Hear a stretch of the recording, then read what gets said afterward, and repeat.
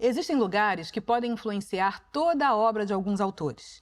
Lugares que revestem o dia a dia de magia e fascínio.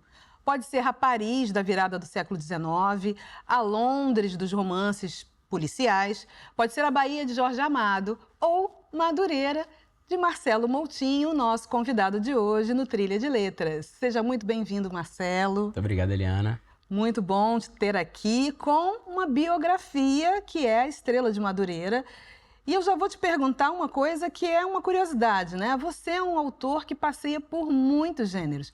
Contos, crônicas, infantis, agora biografias. O conto te deu um jabuti, A Lua na Caixa d'Água, né? E eu sempre vejo, às vezes, você militando pelo conto. Você acha que redes sociais influenciaram um pouco no nosso gosto literário por este gênero em especial? Eu sempre ouvi, desde que comecei a escrever e publicar, né, que o conto era o gênero da contemporaneidade por excelência, que a internet e a rapidez da vida contemporânea faria com que os leitores fossem procurar mais contos. Mas, efetivamente, do ponto de vista de mercado, isso nunca aconteceu, né? A gente ainda hoje tem um mercado literário muito concentrado no romance. E aí eu sempre brinco que falo que é o dilema de Tostines, né? O romance vende mais porque se tem um apoio maior, ou ele tem um apoio maior porque ele vende mais. Essa resposta eu nunca tive, né? Mas eu também não acho que o escritor deva se dedicar a um gênero porque é o gênero que mais vende, né? Não é isso que leva um escritor, na sua gênese, a se tornar escritor, né? O que me levou a me tornar escritor foi a necessidade de contar histórias.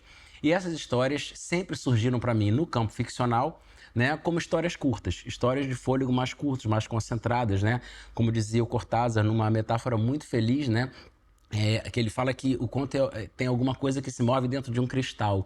Quer dizer, dentro de uma aparente estabilidade tem muita coisa acontecendo. E é isso que me interessa no gênero curto. Agora, do ponto de vista de mercado, eu sei que eu fiz uma opção por um gênero que não é o gênero preferido.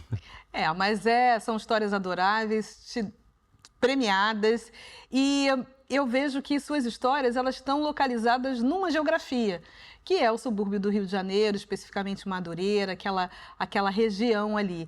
E a gente vem de uma, agora, recente polêmica com a questão do mapa, né?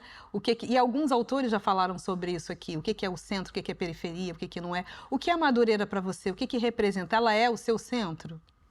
Madureira é minha Macondo. Eu não moro mais em Madureira, né? Depois que eu saí de Madureira, eu morei na Barra, eu morei na Urca, eu morei no centro da cidade, eu morei no Jardim Botânico, morei em Laranjeiras, hoje eu moro em Botafogo, mas eu acho que o meu olhar para o mundo ele vai ser sempre a partir de Madureira. Não que isso fosse uma coisa assim, não foi uma coisa imediata na minha vida, né? Durante muito tempo, sobretudo quando eu fui para a universidade, eu me sentia meio que em débito, né, com os meus colegas de turma, né? Eu olhava assim em torno e pensava, nossa, o pai desse aqui é engenheiro, o pai daquele é sociólogo, a mãe daquele ali é advogada e tal. Eles devem discutir Nietzsche no jantar, né? E meu pai tá discutindo aonde que ele vai comer trilha frita com cerveja amanhã. Eu achava que eu nunca ia ter um cabedal de intelectualidade, de cultura, próximo daqueles colegas que iam se dedicar à mesma profissão que eu. E com o tempo, eu fui vendo como esse pensamento é um pensamento influenciado por uma lógica que é construída, né? Porque eu tinha um saber também, que era um saber ligado ao samba, à cultura afro-carioca, né? Que eles também não tinham e que eu trazia de berço, né? E a partir de então, quando essa ideia ficou mais clara para mim, virou um projeto literário, eu poder levar para minha literatura lugares, territórios, imagens e personagens que eu conhecia desde cedo, mas que eu não via representados quando eu abria um livro, ou ia ao cinema, ou queria ver uma peça de teatro. Hoje você consegue viver de literatura? Qual é o momento da literatura brasileira para você? Você acha que a gente está num momento diferente, em que você pode publicar, sei lá, quantos livros por ano e existe saída para isso? Fala um pouquinho para a gente dessa produção tão grande. Eu não vivo de literatura, quer dizer, vivo também de literatura, mas eu tenho um emprego formal, trabalho no centro de pesquisa, né, que é alguma coisa ligada ao meu mestrado, que foi em bens culturais. E acho que a gente vive um momento em que é curioso, né? Durante muito tempo a gente, quando olha para trás, assim, os momentos históricos da literatura, a gente procura sempre marcas de identificação que definam o que aquele momento foi, né? E eu acho que de um tempo para cá, sei lá, de 20, 30 anos para cá, a nossa marca é a falta de marca. E eu acho isso muito positivo, né? Porque isso significa que novas vozes entraram, né, nesse meio literário, nesse universo. Vozes vindas de outros lugares, inclusive a minha, que vinha de um lugar que não era um lugar exatamente de onde se pensava sair um escritor, né? Se eu chegasse no meu colégio, que era no Encantado, ali o Nosso Senhora da Piedade, e falasse assim, no futuro eu vou ser escritor, aí eles iam falar, beleza, vai ser astronauta também, né? Era alguma coisa completamente fora das possibilidades. Imagina, os pais nunca incentivariam um filho... E nem os colegas, assim, sabe? Nem os colegas. Meus não colegas estava no nosso universo, não estava, né? no nosso universo. Era como se fosse alguma coisa que não é para mim, né? E eu acho que isso mudou, né? Esse olhar, ele mudou, né? E essa falta de marca, que eu acho que é a marca, né? Paradoxal, mas é isso. Eu acho muito positiva, porque... Inclusive para o público leitor, né, que pode procurar nessa barafunda de estilos, de vozes, né, de autores, de narrativas, aquela que mais diga ao coração dele, né, diga ao seu gosto. E é muito linda a relação que você tem com a sua filha, né? Você é muito próximo dela e você tem uma produção de livros infantis. E essa questão também do pertencimento, né? Do lugar da onde você veio, essa valorização. Você enxerga isso como um legado? Como é que você olha também para as crianças dentro desse mercado literário? Ali é bom. Lia, como eu falo, foi um cavalo de pau na minha vida, né? Você tá andando para cá, de repente o carro vira e aponta outro mundo, né? Um mundo incrível, né? Porque a experiência da paternidade, ele faz você reviver, de certa forma, a experiência do espanto da infância, né? Porque a gente vai ficando calejado com a vida, né? E às vezes eu encontrava a Lia com 2 anos, 3 anos, olhando para uma lagarta absolutamente extasiada com o mistério que aquilo ali significava para ela. E eu tinha perdido esse espanto, né? Então ela, de certa forma, ela restituiu esse espanto e me trouxe também memórias da minha infância, das minhas descobertas. Eu tenho muito cuidado, assim, porque a Lia não é uma pessoa que veio do subúrbio, não é uma pessoa que tem a minha história, mas eu tenho muito cuidado porque eu acho que a gente, no Brasil e no Rio de Janeiro particularmente, a gente tem... uma população muito nichada, né? A população suburbana, periférica, ela vai ao centro, ela vai à Zona Sul, né? Isso é tão curioso, né? Na minha época de criança, meu pai falava, quando ele falava que ia ao centro, ele falava, eu vou à cidade. Sim, como se a gente estivesse fora dela. Meu avô falava isso também, vou à cidade. Então eu tenho cuidado, assim, de fazer a Lia, de alguma forma, viver essa realidade, né? Eu levo a Lia a Madureira, levei na casa dos meus pais, levei no Império Serrano, levei no Mercadão de Madureira, levei para andar entre os camelôs da Estrada do Portela, porque ela precisa ver que o mundo não é um mundo circunscrito, né? Aquela realidade de classe média alta que é onde ela vive hoje. Pois é, o samba, né? O samba que é tão marcante para o bairro de Madureira, para aquela região da cidade, e tão marcante em você. Sim. Ele te determina também, né? Sim. A Ana Maria Gonçalves esteve aqui e falou, acho que o samba é o que inscreve o Brasil no mundo. Qual é a relação do samba com a tua escrita, assim, diretamente? A relação é completa, né? Eu vivo em roda de samba, vou semanalmente a roda de samba, desfilo no Império Serrano há mais de 30 anos, né? Eu sou hoje grande band mestre da escola e eu acho que no meu fazer literário, o Roberto Ribeiro, a Dona Ivone Lara, o João Nogueira foram tão importantes quanto a Clarice Lispector, quanto o Caio Fernando Abreu, quanto o Franz Kafka. Tão importantes quanto, né? Esse olhar poético para o mundo meu, ele tá, e naquilo que eu escrevo, está atravessado por essas músicas, por esse batuque, né? Por essa melodia, pelos lalaiás, né? E eu não consigo desgrudar isso, né? do meu texto. Tá tematicamente, eu acho que, e ritmicamente também ligados. Ritmo, palavra é ritmo, né? Sim, sem dúvida. Texto é ritmo. E aí chegamos aqui no Estrela de Madureira, na Zaquia Jorge, que é essa personagem que você resgatou do teu trabalho de mestrado. Na verdade, eu fui fazer o mestrado para escrever o livro. Isso, conta pra gente. Porque eu fiz um mestrado profissional, que é um mestrado que você não entrega dissertação, você precisa apresentar um produto. E eu estava na pandemia, né, assim, naquela melancolia que dominou todos nós, E tinha essa ideia de fazer o livro há muitos anos, né? Só que era um campo absolutamente novo, campo da não ficção, campo da biografia, né? Um trabalho de um fôlego maior. E eu falei, bom, se eu for fazer o mestrado, eu vou ter que fazer o livro, né? Então, e acabou que o livro saiu, né? Com todas as dificuldades de fazer uma pesquisa durante o processo de pandemia, né? E aí a personagem da Zakia você achou... Porque, bom, vamos explicar aqui para quem está nos assistindo. Quem foi a Zakia Jorge, né? E como você chegou a ela? Eu conhecia, como muita gente conhece, a música Estrela de Madureira, que foi um grande sucesso do Roberto Ribeiro. Roberto Ribeiro tocava na vitrolada de casa sempre. Meu pai, de vez em quando, tomava chopp com ele. Eu lembro, deu pequenininho, né? Meu pai pedindo saideira, eu odiava a palavra saideira, eu ficava na calça dele falando, vamos embora, ele tomava saideira. E então essa música sempre tocou, foi um grande sucesso, ainda é um grande sucesso hoje. E meu pai sempre dizia que era um samba que tinha sido feito por uma vedete do Teatro de Revista, que tinha aberto um teatro em Madureira. Né? Depois eu vinha saber que Madureira Chorou, grande sucesso do Carnaval de 1958, gravada na França, num monte de lugar, também tinha sido feito para Zakia Jorge. E essa mulher, quem era essa mulher que tem 2 músicas de grande sucesso em sua homenagem e que é praticamente uma desconhecida? Eu fui escarafunchar essa história, né? E a gente descobre uma personagem absolutamente sensacional. Uma personagem, primeiro, uma mulher muito à frente do seu tempo, né? Uma mulher que se casa com 18 anos, tem um filho, se separa aos 20 anos, né? Se desquita, porque na época era desquite, né? Era uma coisa que não existia o divórcio. Né? Abre a mão da guarda do filho, deixa com o pai, mas retoma o seu nome de solteira, faz questão de retomar para poder se dedicar à carreira artística, porque o marido não aceitava. Trabalha na grande cena do Teatro de Revista, da Praça Tiradentes, na companhia do Walter Pinto.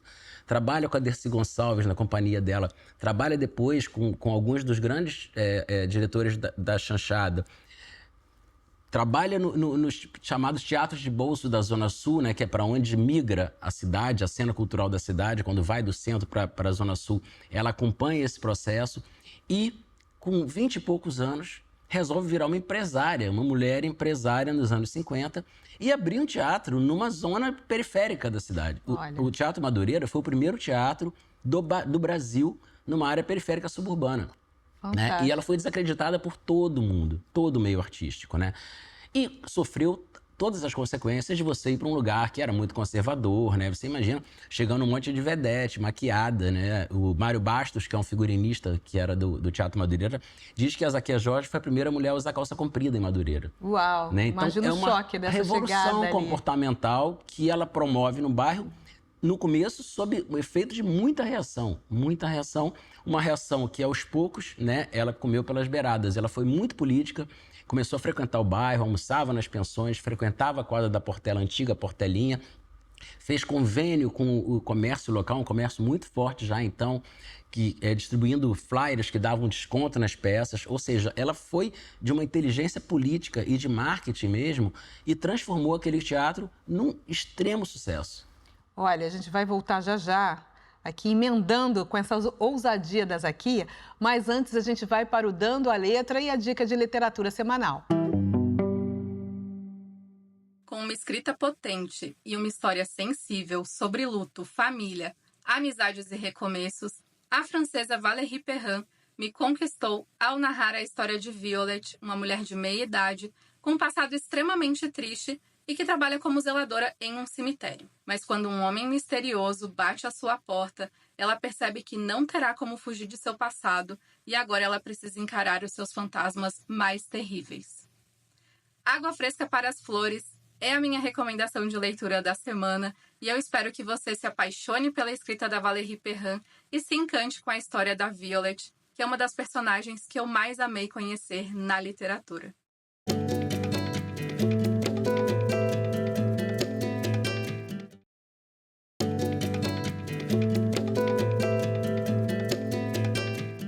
Voltamos com Trilha de Letras e Marcelo Moutinho conversando conosco sobre a Estrela de Madureira e a Zakia Jorge, esta mulher tão à frente do seu tempo, que construiu tantas coisas. E eu me recordo que...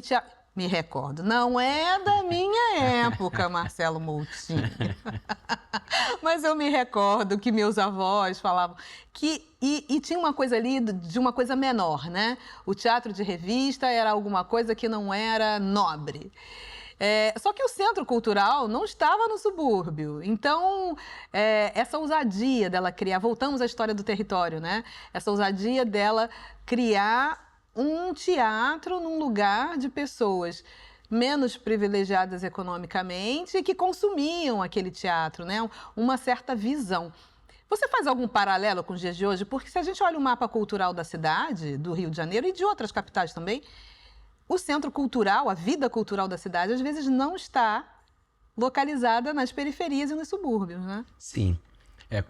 Assim, eu acho que a Zakia tem uma história interessante também sobre essa perspectiva, né? Ela trabalhou no Teatro de Revista, que era um teatro considerado de menor qualidade. Ela trabalhou na Chanchada, que era um cinema de menor qualidade, né? Ela foi uma pessoa muito próxima do samba e do carnaval, que era uma coisa também olhada por uma certa elite, por uma certa crítica como algo menor.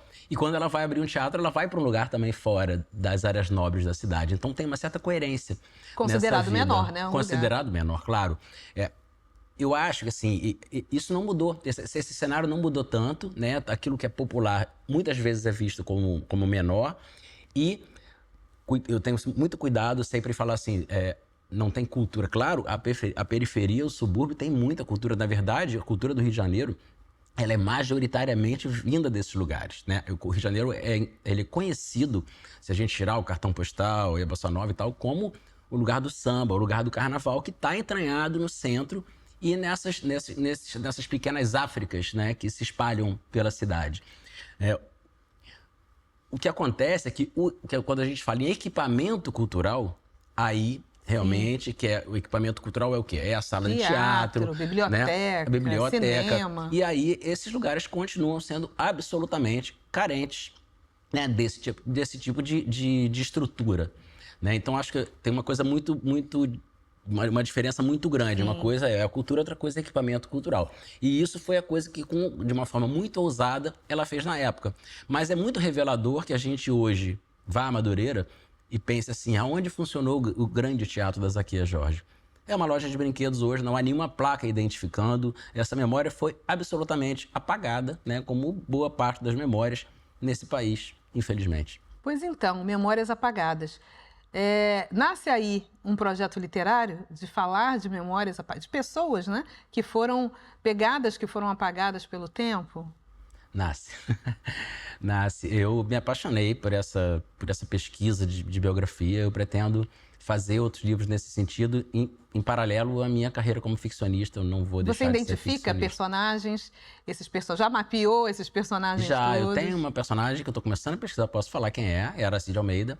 Eu estou começando a pesquisar, porque a Aracy é muito conhecida hoje como a jurada caricata do Silvio Santos, mas foi a grande cantora do Wilson Batista, Dona Rosa, né? Uma mulher sofisticadíssima, mas ao mesmo tempo que frequentava os piores botequins da cidade, né? Uma mulher que usava cueca e usava o vestido do Denner, que era um estilista de alta costura, né? Uma mulher cheia de paradoxos e que também morou a sua vida toda no Encantado, né?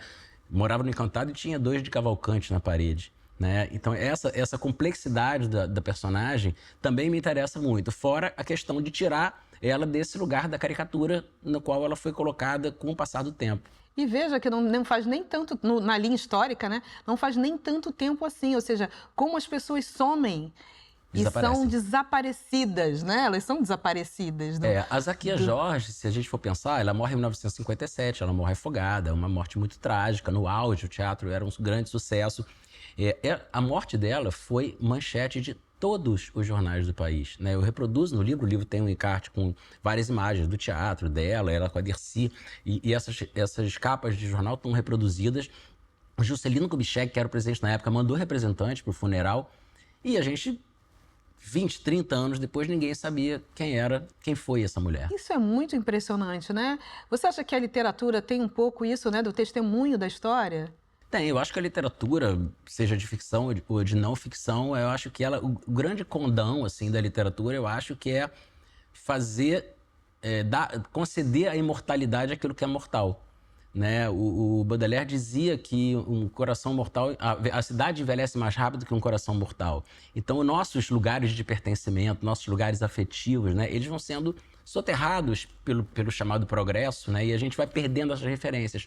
Quando a gente transforma esse texto em registro, né, é uma forma de dar a esses lugares, a essas personagens, uma certa eternidade. E conta um pouquinho da história dessa pesquisa também, né? Porque o livro tem a história do livro, tem a história da feitura do livro, né? Sim. O livro do livro. Tem o livro do livro. O livro do livro deve ter sido fascinante para você também, né? Porque bom, eu tive algumas experiências. É uma viagem que a gente entra com um país que tem uma questão com a sua memória, né? Sim. Com o registro e com a guarda dessa memória. Sim, foi muito difícil porque na pandemia os acervos estavam todos fechados, né? O acervo mais importante para mim, que era o acervo da Funarte, permaneceu fechado depois da pandemia porque tinha um prédio condenado, essas coisas brasileiras, né? E não havia muito interesse do governo da época de dar estrutura para que esse acervo fosse aberto.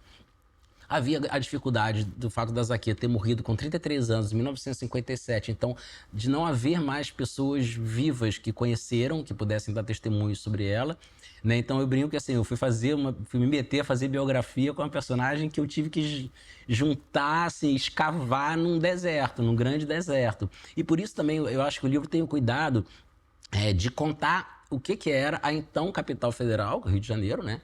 Dos anos 40 e 50, né? A cena do centro da cidade, a cena da Zona Sul, a cena de Madureira. Eu vivi em Madureira, fui criança em Madureira dos anos 70 e eu vejo um certo retrocesso em muitos aspectos, né? Você enxerga também dessa Sem forma? dúvida.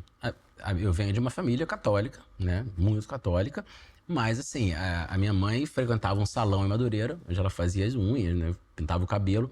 E a gente sempre ia, por exemplo, na festa de Cosme e Damião, na casa da manicure dela, né? E, na verdade, era um caruru, uma festa de Damião com mesa aberta e tal, e ela recebia lá o santo dela e minha mãe, que era católica, estava ali e estava todo mundo junto, não tinha muito essa... Não tinha essa interdição, né? Não, essa interdição, não, era... Inclusive porque era uma festa secrética mesmo, né? Quer dizer, tem gente que fazia promessa para São Cosme e Damião e tinha gente que fazia homenagem aos hereis, botava ebós para os hereis e dentro de uma mesma festa, né? E isso hoje parece que compartimentou de tal forma que virou uma dicotomia um pouco imbecilizada mesmo, né? Porque um não aceita a crença e a fé do outro em vez de ver que toda crença e toda fé tem uma beleza, tem uma convergência. Tem uma né? convergência, exato. Então, mata um pouquinho da nossa curiosidade para ler um trechinho aqui do Estrela. Vou ler um trechinho aqui do epílogo.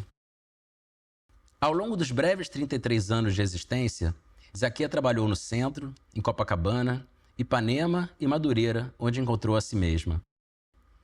Apesar da relativa invisibilidade, mantém entre a população mais idosa, sobretudo a que morou ou mora no subúrbio, a dimensão de mito. Sua imagem, fixada no rosto jovem e altivo pela morte precoce, parece ter sobrevivido ao tempo. Mas as músicas que a homenageiam e continuam a ser cantadas ao longo do país já não costumam a ela ser relacionadas. Talvez porque não haja nas letras menção a seu nome. A própria família tem poucas reminiscências. Não há fotos de Zakia na infância ou na adolescência. E as informações que guardam se limitam ao perfil público. Isso é um pouco melancólico, né? É um pouco melancólico. É um pouco melancólico, como uma vida que parece que não foi vivida, né? Ou pelo menos a gente não tem a percepção da intensidade dessa vida no que restou. E que bom que você conseguiu resgatar no livro. O que mais te impressionou? Eliana, teve uma coisa muito bacana que aconteceu assim, a posteriori, né? Com os poucos parentes que eu consegui contato da Zakia e eles não conviveram com ela e tudo mais, né? E a Zakia Nunes, que é uma sobrinha dela, que eu achei por acaso, eu achei por conta do nome, né? Não é um nome muito comum. A Zakia disse que eu ia contar para a família a história da Zakia Jorge, né? Então, para a própria família, eles estão vendo o livro como um grande resgate, não da personagem pública, mas da tia, da avó, né? Da tia-avó, né? E isso é uma coisa muito bonita, né? Porque era algo que eu não imaginava lá no começo. Eu imaginava que eu fosse chegar na família e ter lá fotos dela na infância, fotos dela... E não houve nada disso. Talvez pelo fato da morte precoce, trágica. Eu acho que essa morte criou uma espécie de sombra também familiar, né? Em que não se queria tocar no assunto, né? Vamos deixar isso para lá, né? E, de algum modo, o livro, claro, ilumina essa mulher extraordinária, né? na sua dimensão pública, mas em algum grau ilumina também na dimensão privada para essa família que não tinha conhecimento sobre sua própria parente. Ou seja, você devolveu um ancestral para a família, né? É exatamente isso. Muito bonito, muito, muito poético também, né? A memória, né? A gente falou aqui, nosso papo foi sobre memória, Sim. né? Que conselho você daria para esse país que vive uma ansiedade pelo futuro, né? E que vai produzindo esses apagamentos? Já tem o verso do Caetano, né? Aqui tudo ainda é construção e já é ruína. Me parece que essa frase define o Brasil. Né? A gente está aqui no Rio de Janeiro, Palácio Monroe, que era ali na Avenida Rio Branco. Cadê o Palácio Monroe, né? E as marcas locais vão sendo apagadas e não há sequer a preocupação em lembrá-las, né? É o que eu digo. Não há uma referência e onde havia o Teatro da Zaquia. Né? E é um país que, ao apagar sua memória, ele prejudica a própria construção do futuro. Né? Se a gente não olha no retrovisor, como é que a gente vai andar para frente? Não tem como andar para frente sem olhar no retrovisor. Isso é o mínimo, né? Agora, é um assunto que eleitoralmente não dá voto, né? É um assunto que, infelizmente, né? Mas a gente faz a nossa parte. Eu acho que nós, escritores, seja no campo da ficção, seja no campo da não ficção, o que a gente pode ajudar a fazer é escavar essa memória, trazer à tona para que ela seja talvez até inspiradora, né, de um novo país. Temos uma acho, dica né? aqui para um bom audiovisual, né? Sem dúvida. Documentário, filme, olha aí, dica, produtores. Daria porque é muito imagético, né? O teatro de revista, o cinema, a própria Madureira da época, né? O teatro de revista era muito imagético e boa parte da música brasileira do século XX, ela é tributária do teatro de revista, né? Uma grande quantidade de sucessos que até hoje a gente escuta nasceram como músicas feitas para peças encenadas pelo teatro de revista. Muito boa a nossa conversa. Pessoal, é o fim do Trilha de Letras de hoje. Muito obrigada por ter ficado aqui até agora. Lembrem-se, trilha é o caminho da literatura, passa aqui na TV Brasil.